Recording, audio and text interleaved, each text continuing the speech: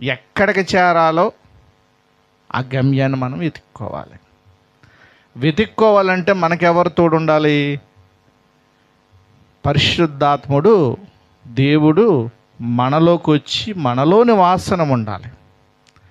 మనలో నివాసనం ఉంటే మనము ఇటు కూడా తిరగం. ఇప్పుడే కాదు, ఈ ఆది సంఘములో కూడా ఈ విభాగాలు వచ్చేసినాయి. మంచి మాటలు మీరు వినాలి. ఇవాళ నేను మీకు అప్పు చెప్పాలి. మనం అందరం కూడా ఒకరిని అప్పు చెప్పుకుంటూ ఉండాలి. నేను మీకంట తక్కువే, ఎందుకంటే మీరే మంచివారు బాగా, ఎందుకంటే బాగా శ్రద్ధగా వింటారని నేను ఆశపడుతున్నాను. ఇవాళ ప్రతి పదానికి దానికి సంబంధించిన వచనాలు, దానికి సంబంధించిన కాంటెస్ట్ని బట్టి నేను మీతోటి మాట్లాడతాను. ఎవ్వరు కూడా విడిచిపెట్టబడకూడదు. ఎక్కడికి? మనం ఇక్కడి నుంచి ఇంటికి వెళ్ళిపోతాం. ఇంటికి వెళ్ళిపోయిన తర్వాత ఎవరి సంఘాల వాళ్ళకి వెళ్ళిపోతారు. కానీ మనమంతా ఇప్పుడు ఏంటి? ఒక్క కుటుంబం. కానీ గొప్ప సంగతి ఏంటంటే మన ఇంటికాడ కుటుంబాలు ఉంటాయి. ఆ కుటుంబాలు ఎక్కువ శాతం అవతల కుటుంబాలని చెడిపేసే కుటుంబాలే కనపడతాయి. అవునా కదా? ఎక్కువ పుష్టికోకుండా మనం బాగా మనసును పెట్టిది, ఎవరైనా మనం ద్వేషిస్తే మనసును పెడతాం. కానీ ఇవాళ ఒక కుటుంబం గురించి మీకు పరిచయం చేస్తాను.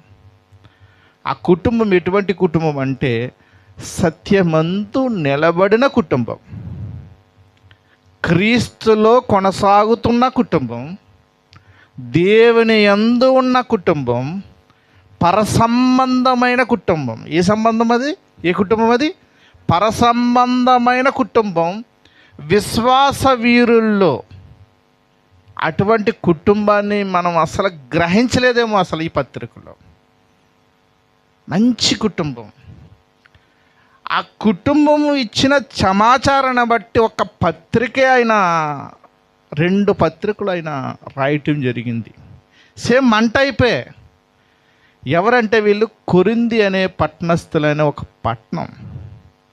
ఆ కొరింథీల్లోనూ యూదుల నుంచి వచ్చేవారు ఉన్నారు, అన్యజనుల నుంచి వచ్చేవారు ఉన్నారు. ఇశ్రాయేలీయులేమో యూదులు అంటారు, మనమందరం అన్యజనులం. వాళ్ళు కూడా అంతే. ఒక ఇశ్రాయేలు ఫ్యామిలీ అన్న వాళ్ళే ఇశ్రాయేలీయులు, అబ్రహాం సంతానం నుంచి వచ్చిన వారే ఇశ్రాయేలీయులు. మొత్తం మనమందరం కూడా అన్యజనులమే. ఆయన ప్రేమను బట్టి ఒక్కొక్కరు ఇస్సాక్ అని పెట్టుకుంటారు, ఒకరు ఎహెజ్కేలు అని పెట్టుకుంటారు, ఒకరు ఎస్ఐ అని పెట్టుకుంటారు, ఒకరేమో పేతురు అని పెట్టుకుంటారు, ఒకరేమో రకరకాల ఆయన పేర్లు పెట్టుకుంటారు, యాకోబు అని పేర్లు పెట్టుకుంటారు. మంచిదే. కానీ ఈ రోజున ఒక కుటుంబాన్ని మీకు